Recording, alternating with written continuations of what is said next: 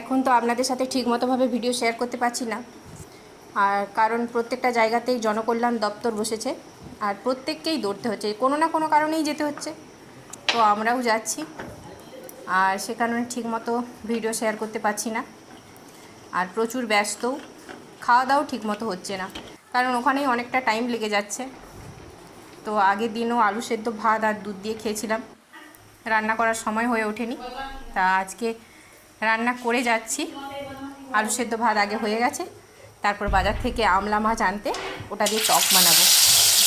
আমার ভয় শুনে বুঝতে পারছি নিশ্চয়ই আমি হ্যাসফ্যাস করছি, মানে এত কাজের চাপ।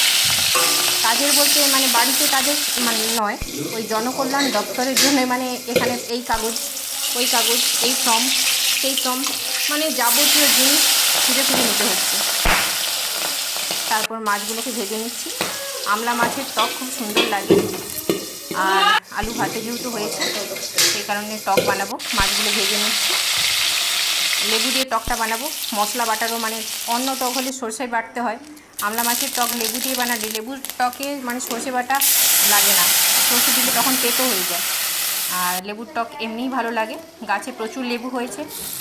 আর সেটা অন্যদিন আপনাদের সাথে শেয়ার করব। আজকে সময় নেই বলেই দৌড়ে গিয়ে দুটো লেবু ছিঁড়ে নিয়ে চলে এসেছি। আর জলটার মধ্যে লবণ আর হলুদ দিয়ে দিলাম, লাল হয়ে গেছিলো। এবার লেবু রসটা দিয়ে দিতে হলুদ এসে গেছে, কালারটা ঠিকমতো কালারটাও আসছে না আজকে, ওয়েদারটাও খুব ভালো নয়।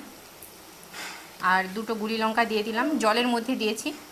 জলের মধ্যে দিলে কী হবে, ফাটবে না। আর তেলের মধ্যে এটা দিলেও হয়তো চিড়ে, তো ঝালটা বেরিয়ে যাবে, বাচ্চারাও খেতে পারবে না তখন। যেহেতু লেবুর টক বাচ্চাদেরও খাওয়ানো যাবে, সে কারণে জলের মধ্যেই দিলাম। প্রয়োজনে আমরা ওটাকে মেখে নেব। এবার মাছগুলো দিয়ে ফুটিয়ে নিচ্ছি। আর এই লঙ্কাটাকে আমরা গুঁড়ি লঙ্কা বলি, কারণ এটা গুলির মতো দেখতে, সেই কারণে এটাকে আমরা গুঁড়ি লঙ্কা বলি। গাছে অনেক রকমের লঙ্কা হয়েছে, যেদিন বাগানে যাব ওটা আপনাদের সাথে অন্যদিন শেয়ার করব। লেবু লঙ্কা এগুলো। টকটা রান্না হয়েই গেল, সরষের তেল উপর থেকে দিয়ে নামিয়ে নিলাম।